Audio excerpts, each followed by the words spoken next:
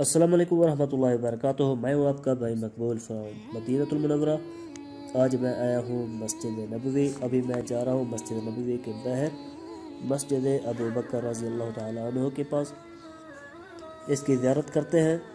ये मस्जिद नबवी से तकरीबन कोई 300 मीटर के फासले पर वाक़ है। मस्जिद नबवी का सहन यानी ये जो 4 दीवारी है, इसका गेट नंबर 6 से अभी मैं जा रहा हूँ बाहर। मस्जिद नबवी के जनूब मगरबी कोने पर यह मस्जिद है। ये आजकल बंद होती है। इस मस्जिद में हुज़ूर नबी सल्लल्लाहु अलैहि वसल्लम ने ईद पढ़ाई थी। ये बहुत ही तारीख़ी और पुरानी मस्जिद है। इसकी तामीर खिलाफत उस्मानिया में दोबारा कराई गई थी। ये काले और कम वज़न पत्थरों से बनाई गई है। इसके दरवाज़े भी लकड़ी के दोबारा बनाए गए हैं और हुज़ूर सल्लल्लाहु अलैहि वसल्लम ने इस जगह पर नजाशी का ग़ैबाना जनाजा भी पढ़ाया था।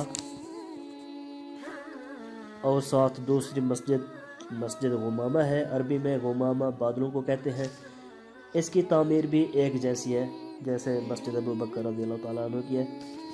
मदीना के लोग हुज़ूर सल्लल्लाहु अलैहि वसल्लम के पास आए थे और दुआ की दरख्वास्त की थी कि बारिश नहीं हो रही, जानवरों के लिए पानी घास वगैरह यानी ज़राअत के लिए मसला था। चुनांचे हुज़ूर सल्लल्लाहु अलैहि वसल्लम ने हाथ मुबारक उठाए और बारिश के लिए दुआ की तो बादल झटपट आए और बरसने लगे, यानी नमाज इस्तिस्का अदा की। और आज भी मक्का और मदीना में जब बारिश ना हो रही हो तो सरकारी सतह पर नमाज इस्तिस्का अदा की जाती है ताकि अल्लाह ताला अपनी रहमत की बारिश बरसाए। तो ये थी आज की छोटी सी वीडियो। जितना मुझे पता था तो मैंने ये वीडियो बनाई। बाकी तफसीली वाक़ियात तो उलमाए करम से ही सुने जा सकते हैं।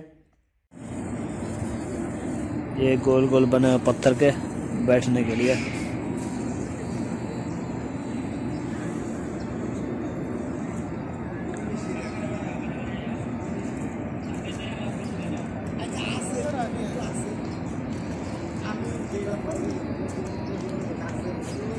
तो ये थी आज की छोटी सी वीडियो। आप मुझे दीजिए इजाज़त।